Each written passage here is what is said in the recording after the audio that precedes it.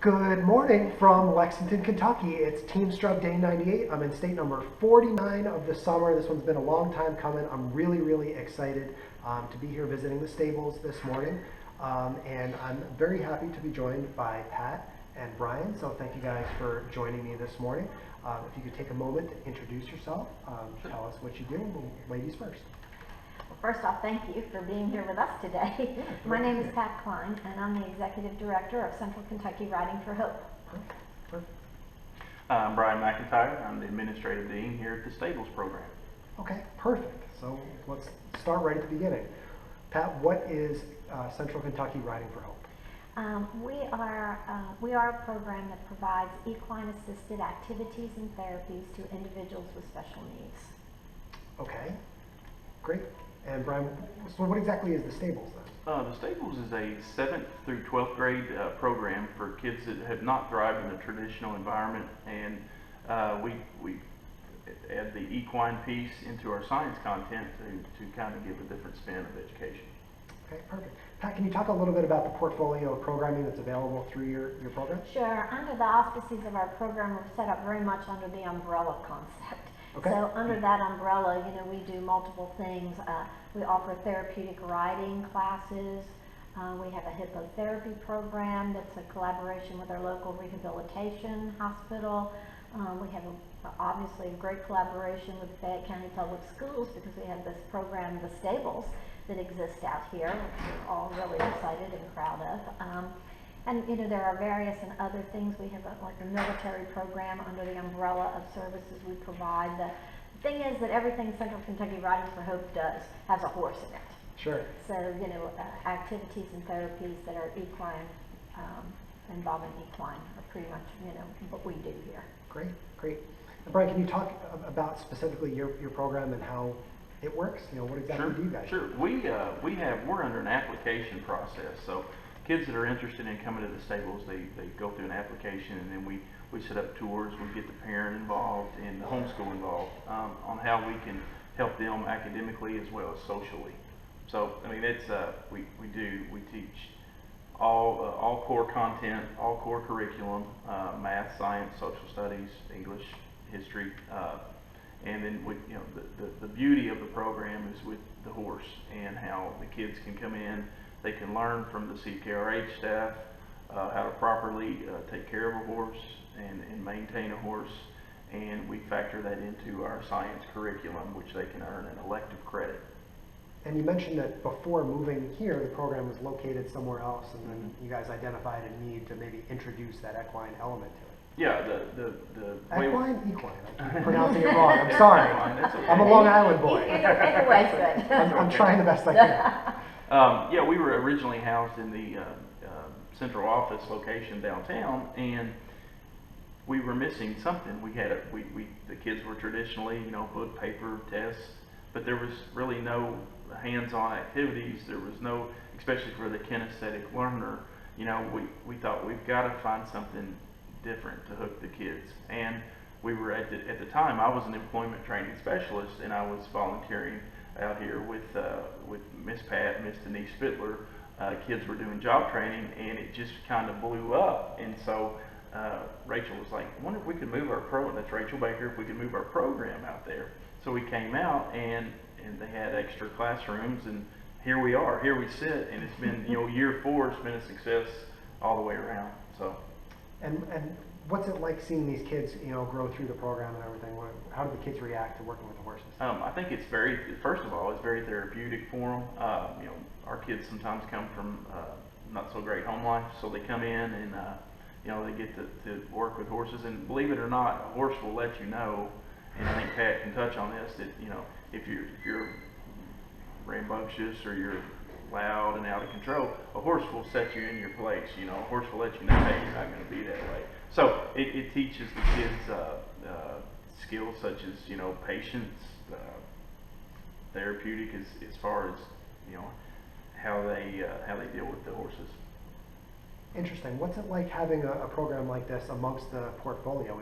It seemed like it'd be important for you to introduce Oh, us? it's tremendous. It's tremendous. You know, just the children themselves, you know, bring such a dimension of energy. You know, when they're here as a group and a whole. A lot of the other things we do, it's for, you know, shorter periods of time or sessions where one follows the other. But it's been great to see them become part of the culture out here. Because when you're in school here, you get a lot of exposure to, you know, the different programming that we do here. So, you know, it may look this way one day and it may look, you know, this way another day. We can have a very fragile child coming through the front door with, you know, lots of assistance and lots of support needed. And it's gratifying to look at the children going to school and see them get up and go open the door, you know, or hold the door, or, you know, they try. I think it does bring another, like, hey, it's not just about us going to school here. There's other things that we need to be respectful of and acclimatized to, you know, what's needed to make those programs successful. So they're like having a big extended family here. Yeah, and caring for and maintaining horses, this is not cheap business. It's not. So where does the money come from to create programs like this and to sustain them?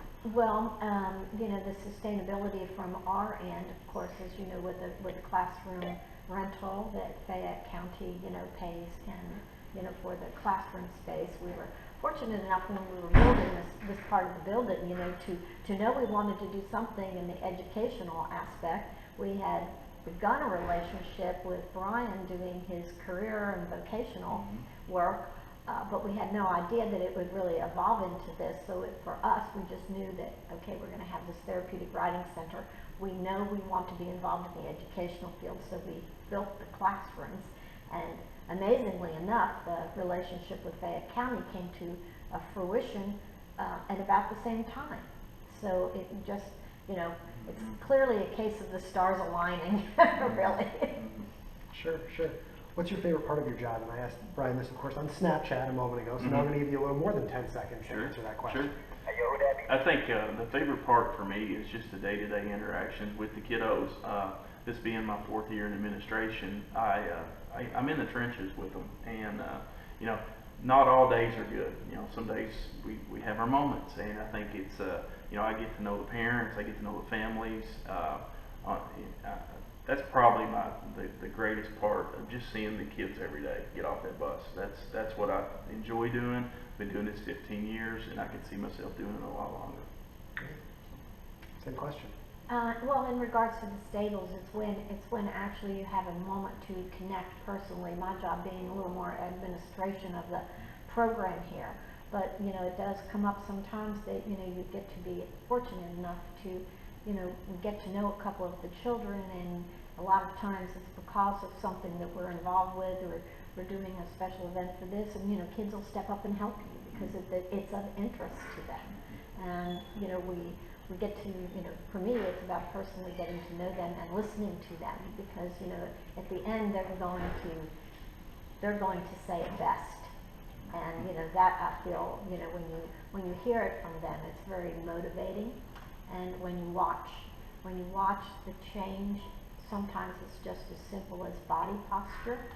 And, you know, someone who's always looking at the ground when they're answering you, and you're never really able to feel confident. The next thing you know, they're just coming up and talking and having a face-to-face conversation, and they have great things to say. And I think that's really a wonderful experience the first time you realize that, you know, that they're really involved in the climate here and involved in the program here. I enjoy that the most. That's perfect. Brian, I wanted to take a moment, just dig a little bit deeper about the kids in themselves that get involved. Maybe what is the application process? How do you decide, you know, what kids sort of are eligible for the program? I mean, is there a waiting list? Just give me a little more on that. Yeah, we do have a waiting list. We have about 25 kids that are waiting to get in the program. We only house up to 70 kids, and I mean, at 70, that's kind of pushing it simply because of the classroom size. Yeah. We take you know, we would like to help all children, but we take an equal balance. And when I say balance, we look at, you know, we look at behavior, we look at social, we look at cognitive, we look at all walks of life on, you know, how we can get that equal balance. And I think that's real world concepts, and that's what we deal with in real world. So that's kind of what we're teaching here. And you know, we have children with IEPs, we have children with 504 plans, we have gifted and talented kids, and the beauty of that is seeing all those kids come together to work. And I think that's... And the goal is going to be to get them out of the I mean, this is not a program where you want the kids to be here year after year after year, right? That's correct. We get so attached to all the kids, we don't want them to leave, but the ultimate goal is for them to come in. Things speak for yourself. We want the ultimate goal is for the kids to come in and you know, get their credits, get their grades back where they need to be, and move on back to their home high school. And you know, some kids, you know, it takes a semester, and some kids will hang on until they graduate. So it's just kind of all up to the kiddo, and you know, where they're being successful at. Pat, I'd like to ask you about the role of volunteers with CKRH. Sounds like you could use some more volunteers. We can always use volunteers here. I think the last time we compiled our statistics, it took about 187 individuals a week, volunteers a week, to accommodate the existing programming.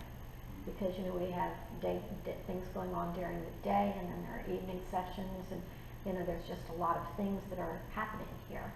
And, you know, that number, although we do better than the average, I believe, on, you know, volunteer retainage, but then, you know, when you're dealing with some people that are college children, of course, everybody has life changes. So recruitment of volunteers is a continual process, and we are always looking for folks.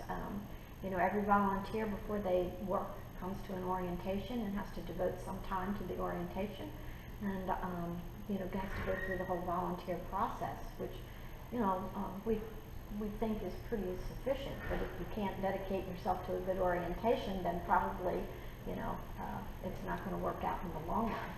Yeah. So guys, where can people watching this video learn more about your respective programs, Brian? They can go to www.fcps.net and click under other schools or other programs, and the stables will be listed. They can go onto our website, you know, it'll give them indication of what we're doing, and maybe how to get their child into our program.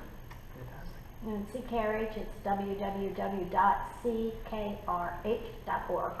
Okay. And if Rachel was here, she'd say follow on Twitter as well. Yes. At Stable. So. At Stable. Guys, thank you so much. Thank you. It's really exciting to be here. I know we've been in touch for quite a while now. We have. It's the very end of August, so I'm so thrilled to be here. Really been a pleasure. So Thank you. Thank you so much. Thank you for this opportunity and for sharing. So glad to be here. So and check us out on CBS later tonight too. So Oh, okay. we have the news come by, which is fantastic. Great. All right, we'll see you in Asheville. Thank you.